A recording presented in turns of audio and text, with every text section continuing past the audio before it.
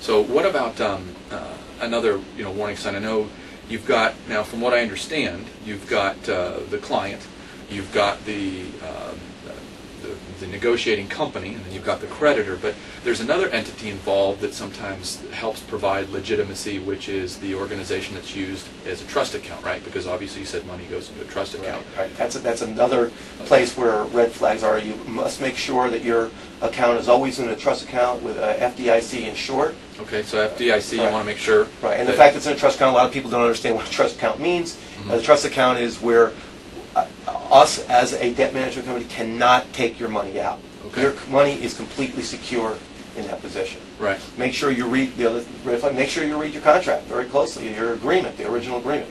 Everything in that agreement's got to spell out how all fees are taken. Make sure you read that closely. Closely, right. And if you're not familiar with the language, there's some great services like Prepaid Legal that can help you read through that. Right. But and have a lawyer or an accountant take a look at it. An accountant, for instance, there is an issue with whether you're debt management anytime or in bankruptcy. It's the same thing. Where if debt is forgiven, and that forgiven debt is reported to the IRS.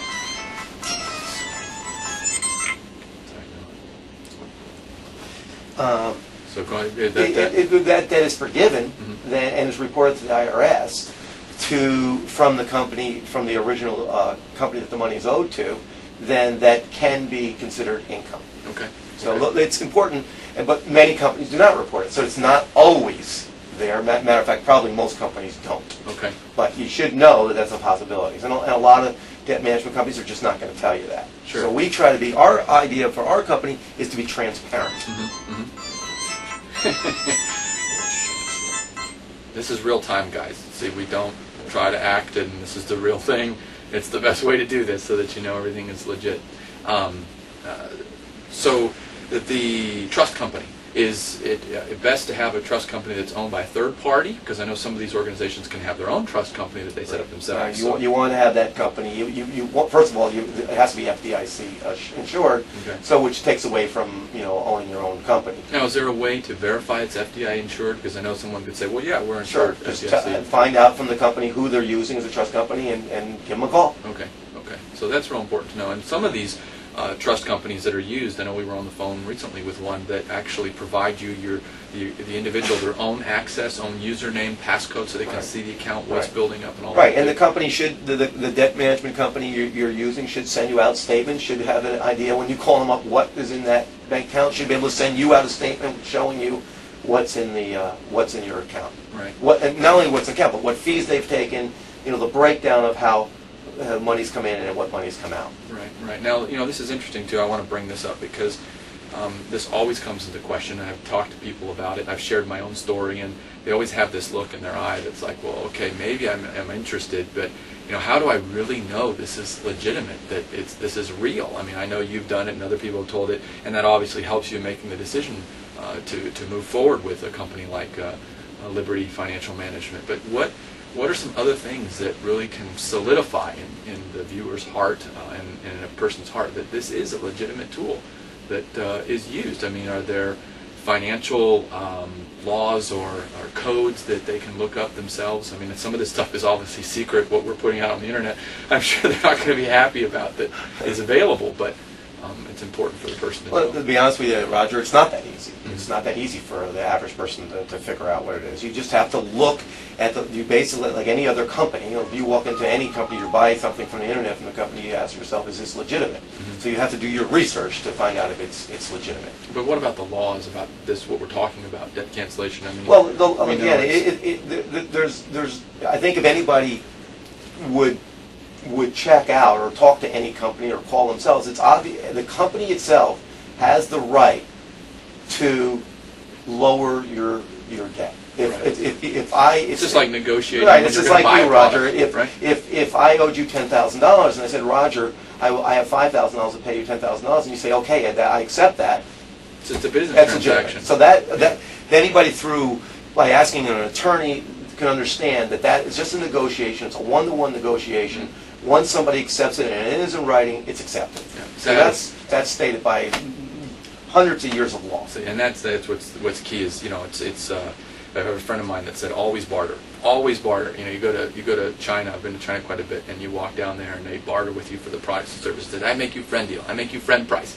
You're like, well, if I was your friend, I wouldn't want that price. I don't want to be your friend, right? But they're always willing to negotiate, and that's the same thing here. What you're basically saying is, like when you go buy a car, you're going to buy a car or a boat, you know, $2 million boat or $5 million boat, whatever you want to say, and you negotiate with them. Say, well, I like that, but I don't want it for that. Remember what it makes a contract. Yeah. Two people in agreement makes a contract, right? Exactly. So your debt is like the product, and you're saying, look, I want but this is what I want to pay to get out of this agreement. Right. And if they're willing to do it, this is a legal transaction. Right. This is not something that the debt management is forcing on the debtor, the client company. Right. This is something that they're in agreement with, so it's completely legitimate. And you know what's interesting too, from a business standpoint, is a lot of these companies have made millions and billions of dollars of profit in excess of the original loan, and they've already calculated into their calculations that a percentage of their accounts are going to default. Now, you don't want to take advantage of it either. I mean, I'm somebody that if I can honor my obligations, I'm going to do that. But there are times when your customer base disappears and your accounts dry up, and you're literally in a position where you don't even have the ability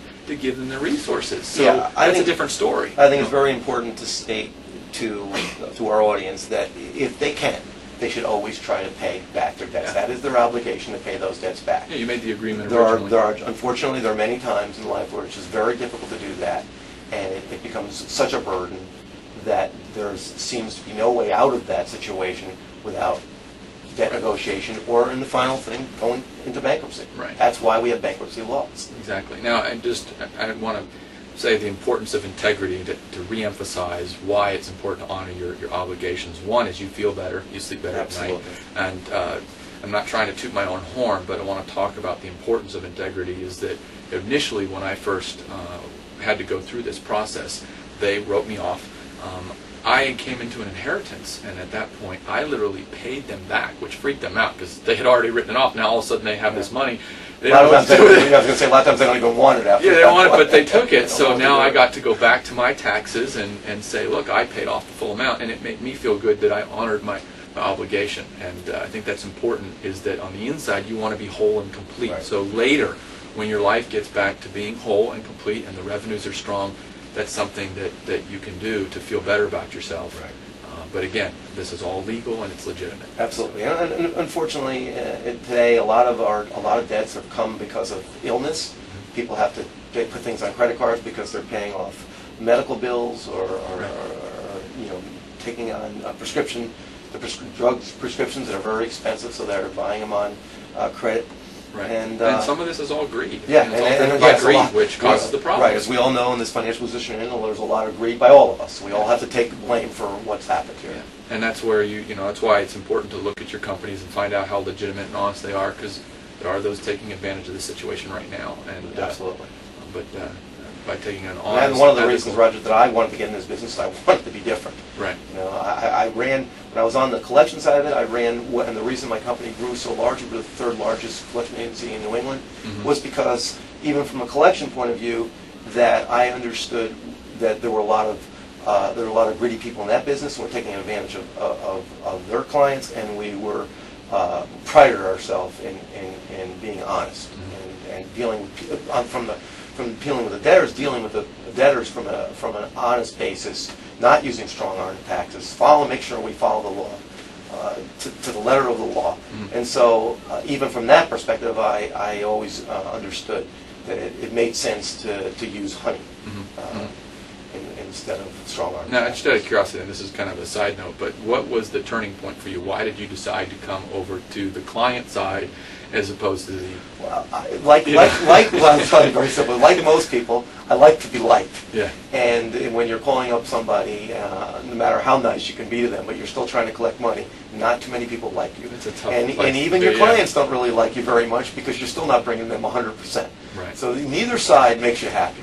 Right. And from my perspective, I felt like I wanted to help people, and I wanted to make sure that I felt good about what I was doing. So it was kind of what you were just talking about. It was extremely important for me to feel good about myself, and that's why I wanted to do this. And I know how important this can be to people, and I know how much when I help somebody here, and they tell me, Ed, I trust you.